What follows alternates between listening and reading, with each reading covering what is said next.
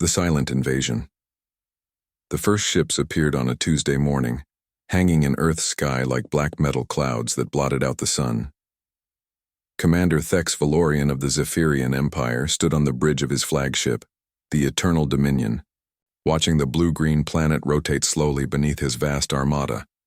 His four eyes, arranged in a diamond pattern across his elongated skull, studied the primitive world with something approaching boredom. "Status report," he commanded, his voice a deep rumble that resonated through the bioacoustic chambers built into his throat.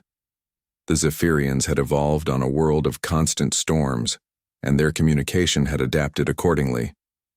"All fleets in position, Commander," replied his second-in-command, Captain Zara Nexus. Her silver exoskeleton gleamed under the bridge's amber lighting as she manipulated the holographic displays with her four-fingered hands. 300 vessels surrounding the planet. Their primitive detection systems have registered our presence, but their response capabilities appear limited. Thex nodded, his massive frame shifting in the command throne designed specifically for his species' physiology. At 8 feet tall, with dense bone structure and metallic skin that could deflect most energy weapons, Zephyrians were naturally built for conquest.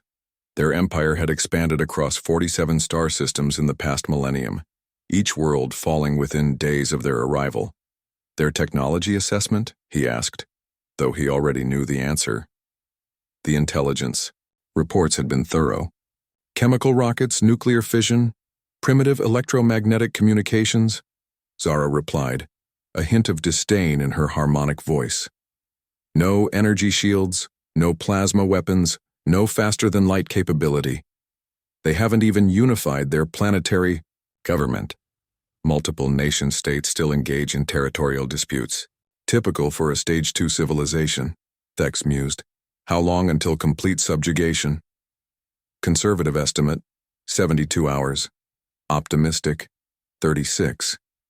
Far below on Earth's surface, Dr. Sarah Chen pressed her face against the cold window of the Antarctic Research Station, watching the impossible sight above.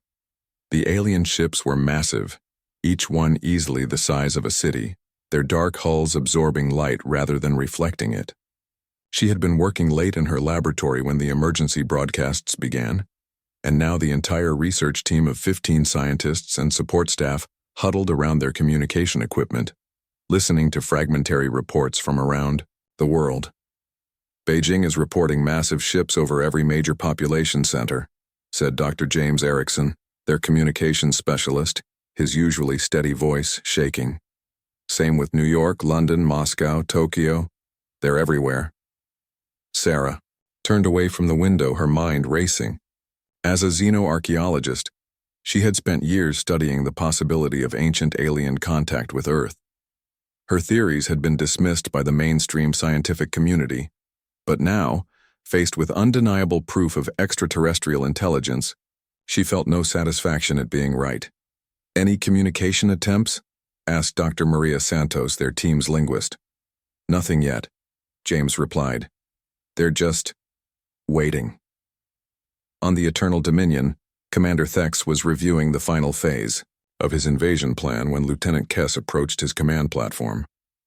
The young officer's bioluminescent patches were flickering with nervous energy, a sure sign of distress among their species. "Commander, our deep scan sensors have detected some unusual readings," Kess reported, his voice carefully modulated, to avoid showing fear. "Define unusual," Thex replied, not looking up from his tactical displays. "Energy signatures from the planet's polar regions, sir. Both North and South poles are showing activity patterns that don't match their known technology." This got Thex's attention. He swiveled his massive head toward the lieutenant, all four eyes focusing with predatory intensity. "Show me." The main holographic display shifted to show Earth's poles. Normally, the Zephyrian sensors would detect only ice rock and the minimal electromagnetic activity of any inhabited world. Instead, the displays showed complex energy patterns deep beneath the polar ice caps, pulsing with a rhythm that seemed almost organic. "When did this activity begin?" Thex asked, a cold sensation spreading through his dual circulatory system. "Approximately 12 minutes after our fleet achieved orbital position, Commander. The patterns are intensifying. Captain Zara moved closer to the display, her exoskeleton clicking softly as she walked. Could it be a defensive system we missed in our initial surveys? Impossible, Thek said, but uncertainty crept into his voice. Our intelligence gathering was thorough.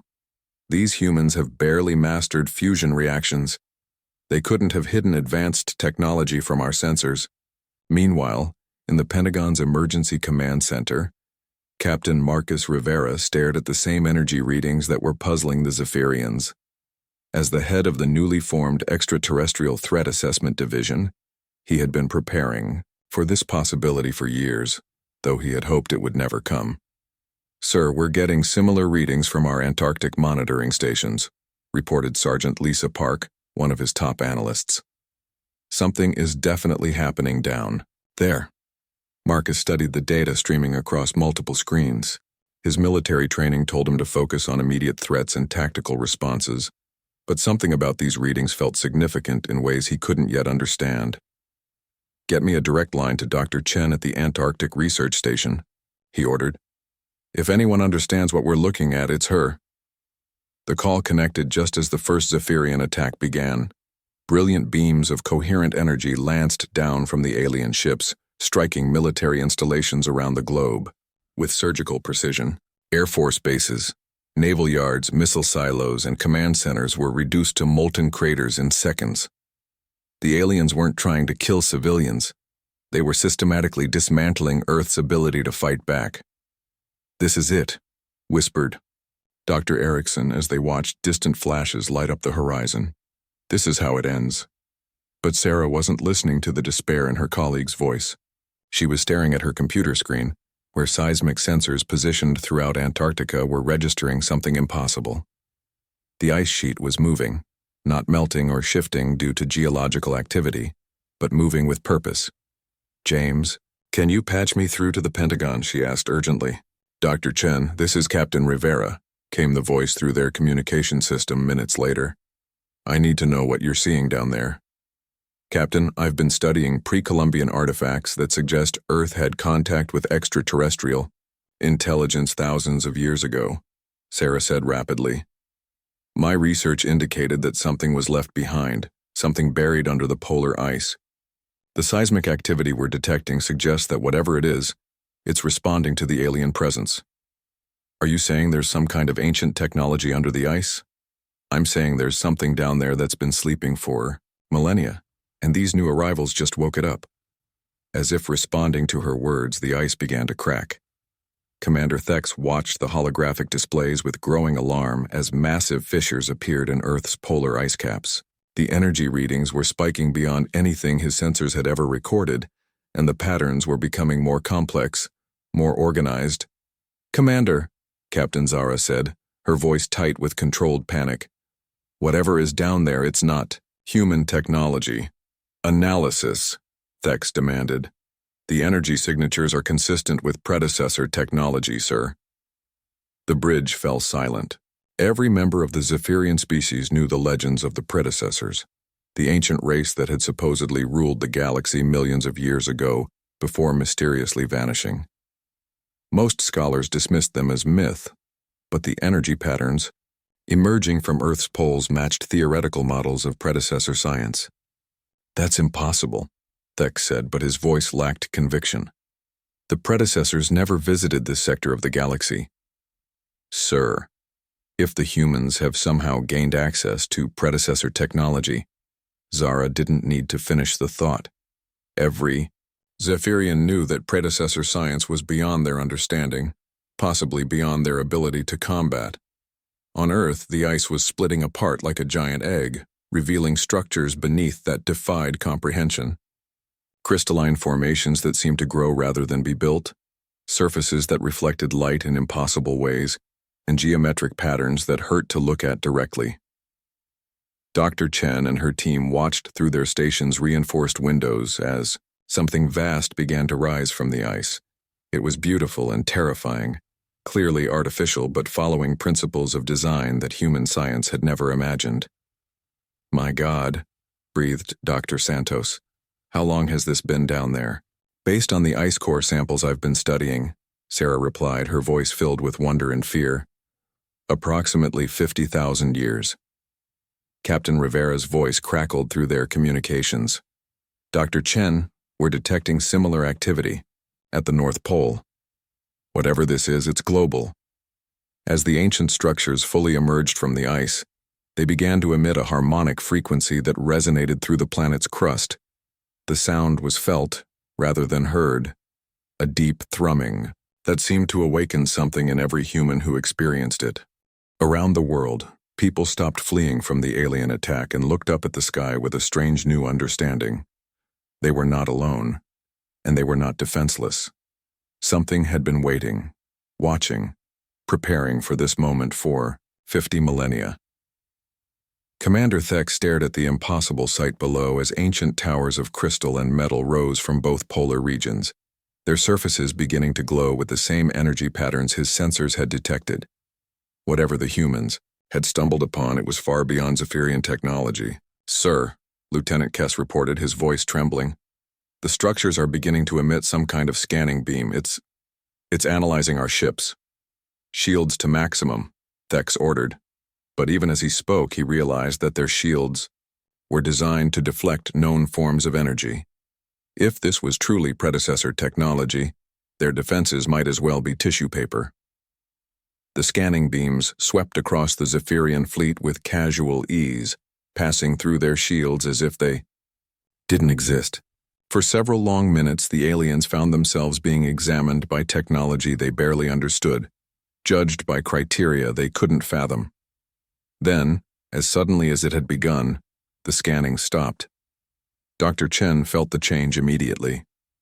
The harmonic frequency that had been building in intensity suddenly shifted, becoming almost musical.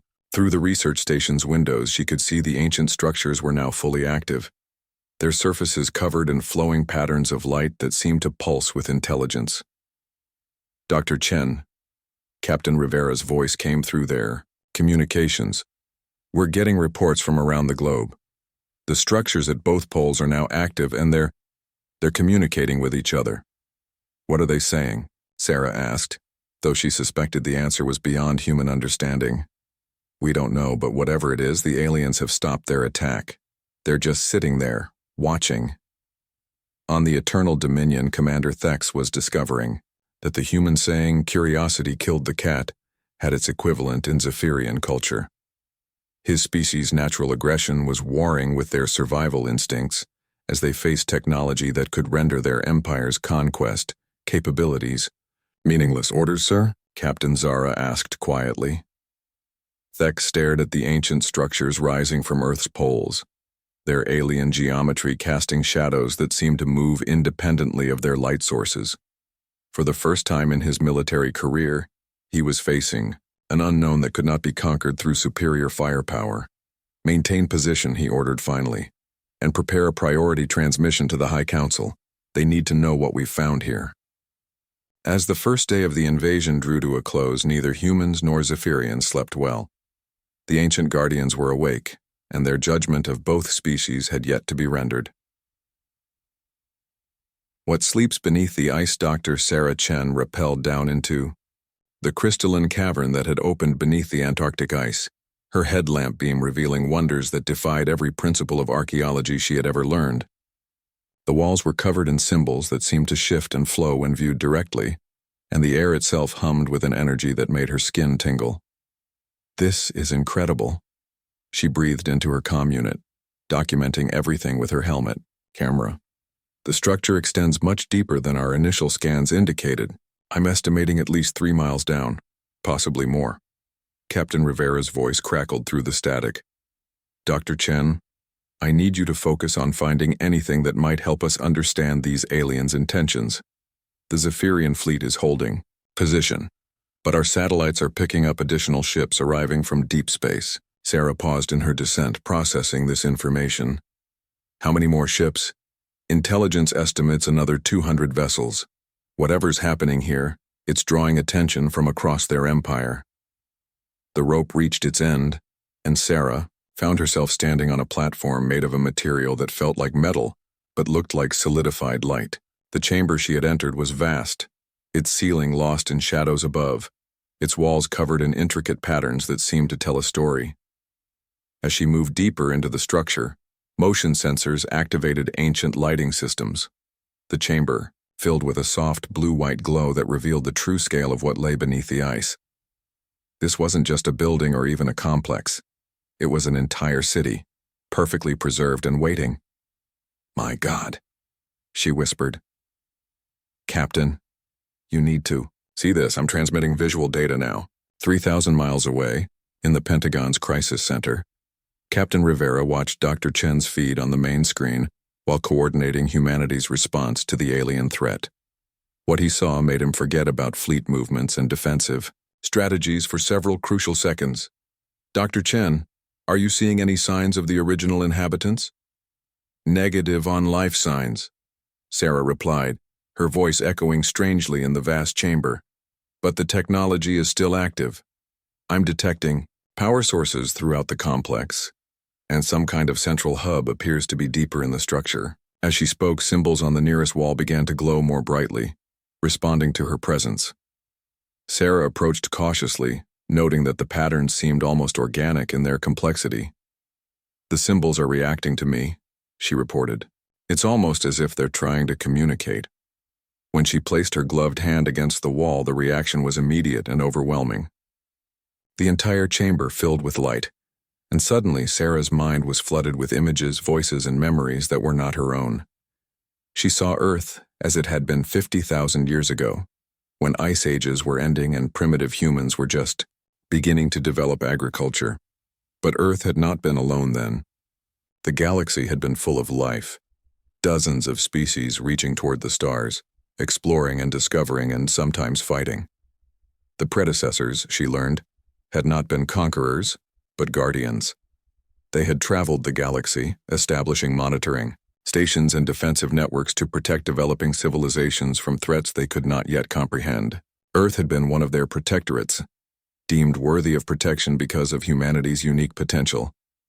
The vision showed her the great war that had consumed the galaxy, when the Devourers had emerged from the galactic core, consuming entire star systems and converting their energy into more of themselves.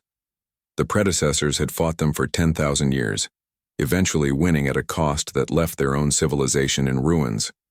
Before they faded away, the predecessors had hidden their greatest weapons and knowledge, leaving them for the civilizations they had protected to discover when they were ready. Earth's guardians had slept beneath the ice, waiting for the day when humanity would face a threat that required their intervention. The visions ended abruptly, leaving Sarah gasping and disoriented. But she understood now what she was looking at, and what it meant for both humanity and the aliens above. "Captain," she said urgently, "I need to speak with whoever's in charge of our response to the Zephyrians. What I've found changes everything." On the Eternal Dominion, Commander Thex was dealing with his own revelation. The additional fleets arriving from Zephyrian space brought with them scholars and scientists, including High Archaeologist Vex Mortium, one of the Empire's foremost experts on ancient civilizations.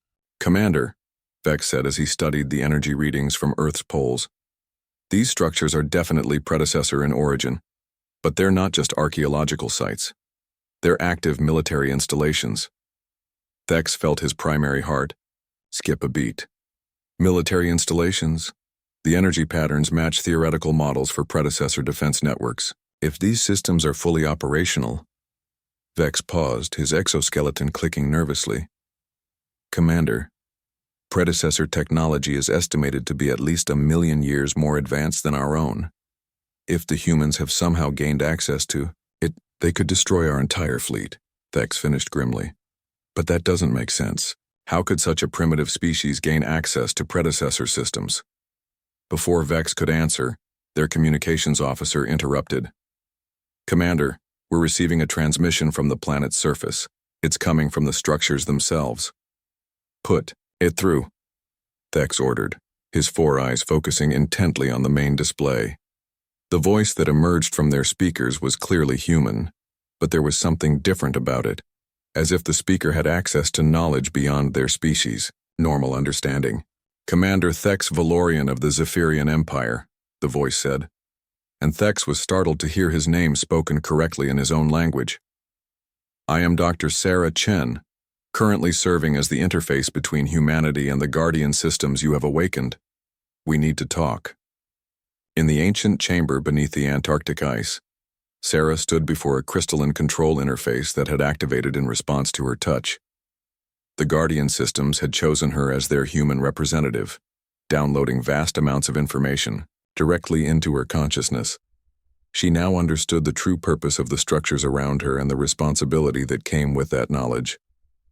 Dr. Chen, Captain Rivera's voice came through her comm.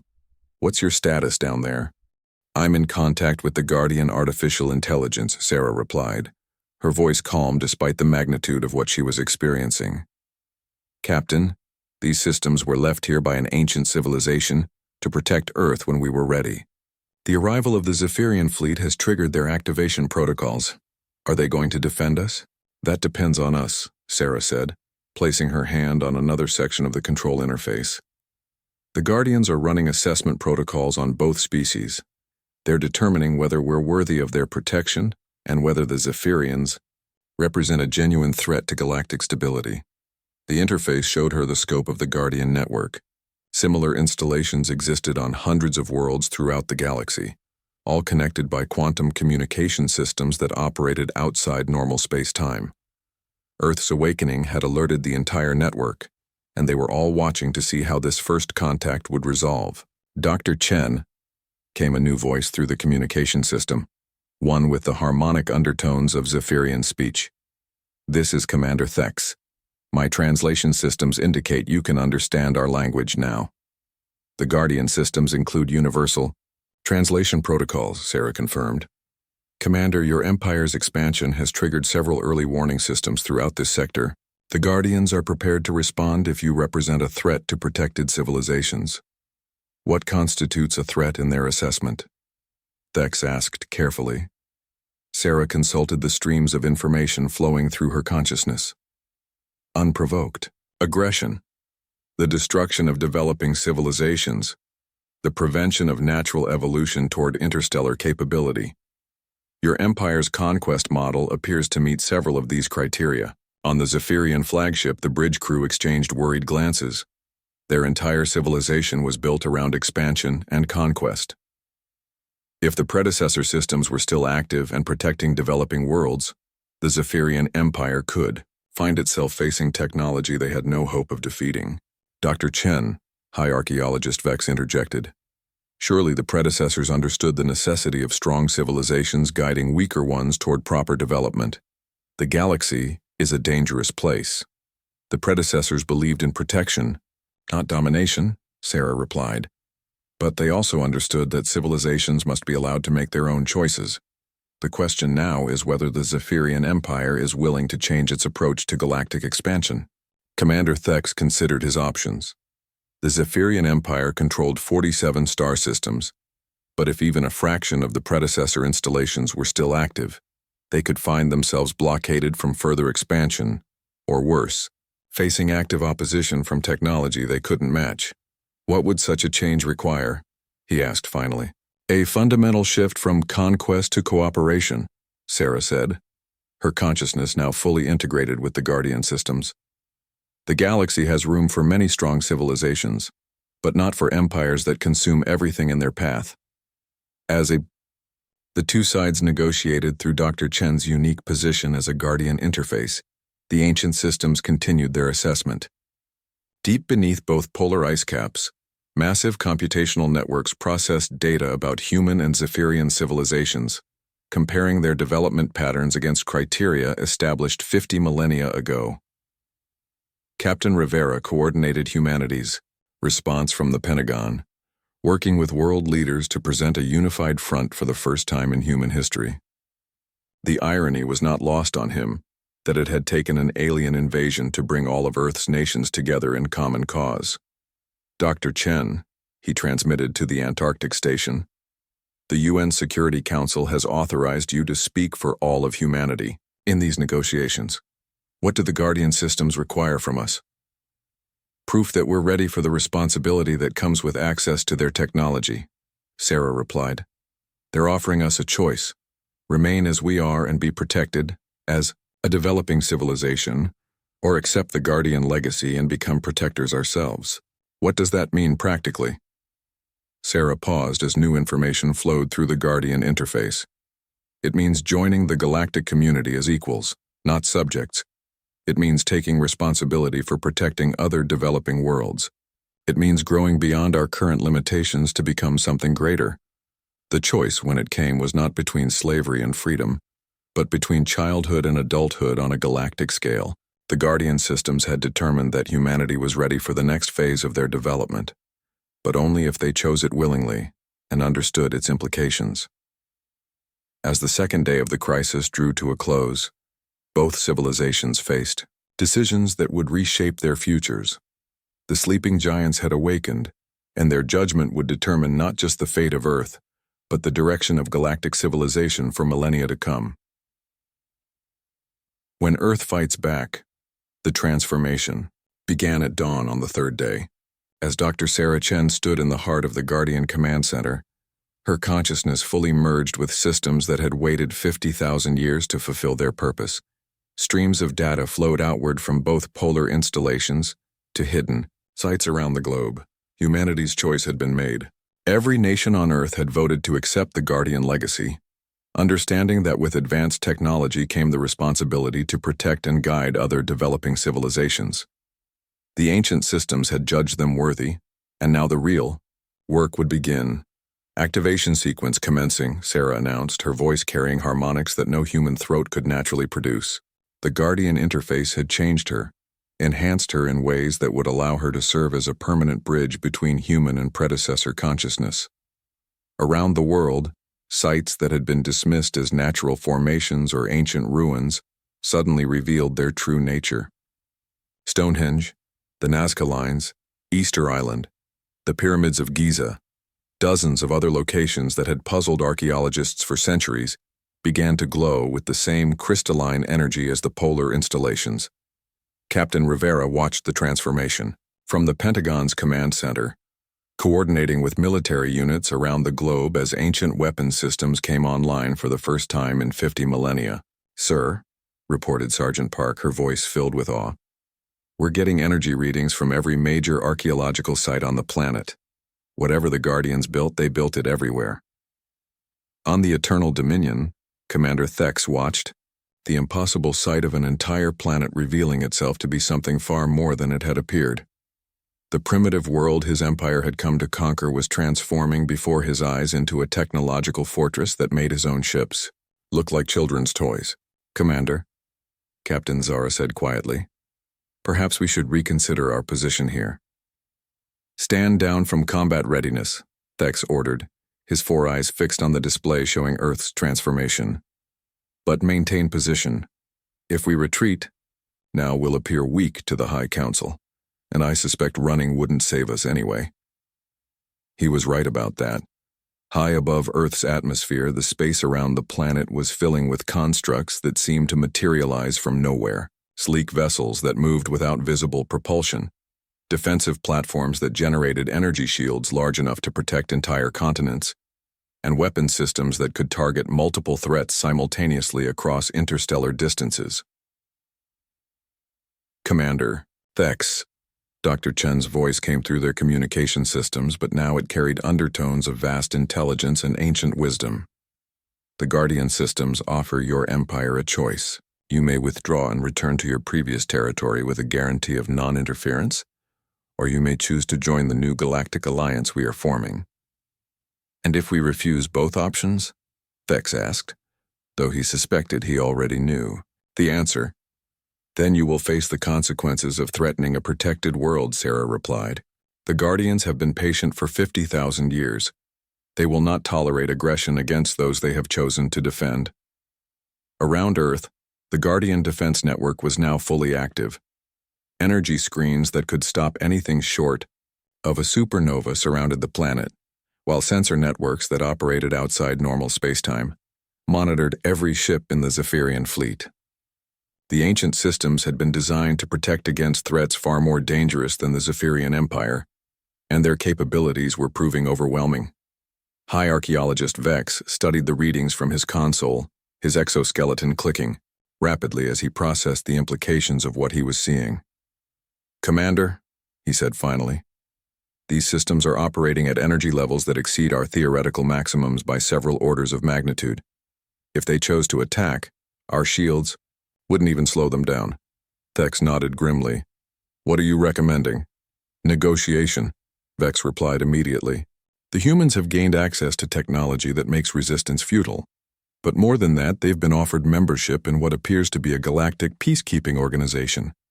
If we could secure similar membership, we could transform from conquerors to protectors," Thex finished thoughtfully.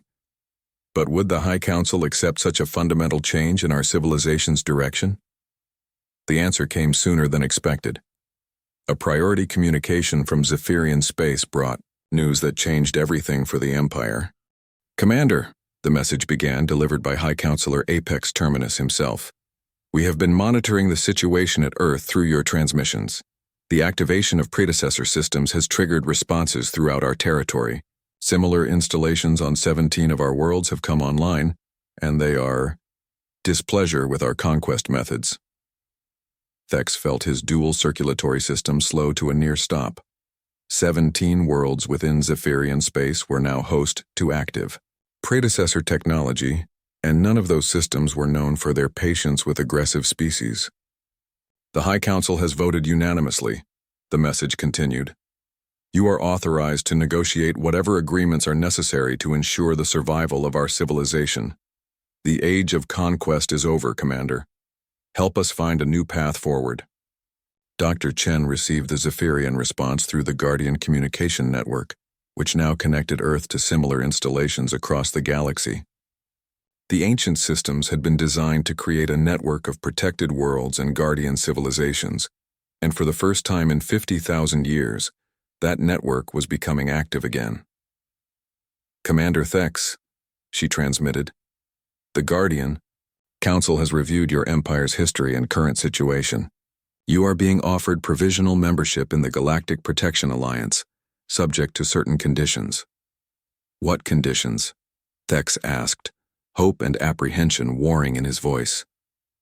"Complete cessation of conquest activities, withdrawal from all occupied worlds whose populations wish independence, and commitment to protecting developing civilizations rather than conquering them. In return, you will gain access to Guardian technology and protection, along with membership in an alliance that spans the galaxy." It was, Thex realized, a chance for his people to become something greater than they had ever imagined. The Zephyrian Empire's strength and military experience could be channeled into protection rather than conquest. Their fleets transformed from instruments of oppression into guardians of the weak. "I accept these terms on behalf of the Zephyrian Empire," he said formally, "but I will need guarantees that our people will be protected during the transition period." "The Guardian systems will ensure your safety," Sarah replied. "But more than that, they will help your civilization evolve beyond its current limitations. The galaxy is vast, Commander. There is room for many strong civilizations to work together." As the negotiations continued, Captain Rivera coordinated humanity's rapid integration with Guardian technology. Military bases around the world were being upgraded with defensive systems that could protect against threats humanity had never imagined, while research facilities received knowledge that would advance human science by thousands of years. "Sir," Sergeant Park reported, "we're receiving technical specifications for faster-than-light travel, energy weapons, defensive shields, and terraforming technology. The Guardian systems are basically giving us the keys to the galaxy, along with the responsibility to use them wisely," Rivera reminded her. Dr. Chen made it clear that these gifts come with obligations. "We're not just becoming more advanced, we're becoming guardians ourselves." The formal signing of the Galactic Protection Alliance Treaty took place on the 4th day, with representatives from Earth and the Zephyrian Empire meeting aboard a Guardian vessel that materialized in orbit around Luna. The ship itself was a marvel of technology that seemed to exist partially outside normal space-time, its crystalline hull reflecting light in impossible ways. Dr. Chen served as the primary human representative, her consciousness now permanently enhanced by Guardian technology. She could communicate directly with the ancient systems and serve as an interpreter for both civilizations as they adapted to their new roles. Commander Thex arrived with a delegation of Zephyrian officials, including High Archaeologist Vex and several members of the High Council, who had traveled from the capital world to witness this historic moment. The Zephyrians had already begun implementing the required changes, withdrawing from occupied worlds and redirecting their fleets toward protective, rather than aggressive missions. Today marks the end of one era and the beginning of another, Dr. Chen said as the treaty was signed using technology that recorded the agreement in quantum crystals that would last until the heat death of the universe. Humanity accepts the role of Galactic Guardian, promising to protect developing civilizations and guide them toward their own advancement. The Zephyrian Empire pledges to transform its strength from a force of conquest into a shield for the weak, Commander Thex added, his voice carrying the weight of his civilization's fundamental change in purpose. We will learn to build rather than destroy, to protect rather than conquer. The Guardian systems recorded these pledges and immediately began sharing technology and knowledge with both civilizations. Earth received specifications for interstellar ships that could cross the galaxy in days, while the Zephyrian Empire gained access to defensive technologies that made their protective missions far more effective. As the ceremony concluded, Sarah stood at the observation deck of the Guardian vessel, looking out at the stars with vision enhanced beyond human limitations. She could see the network now, hundreds of worlds across the galaxy where Guardian systems were awakening, their protege civilizations ready to take their places as defenders of the innocent. It's beautiful, she said to Commander Thex, who had joined her at the viewing port. Indeed, the Zephyrian replied, his 4 eyes reflecting the starlight.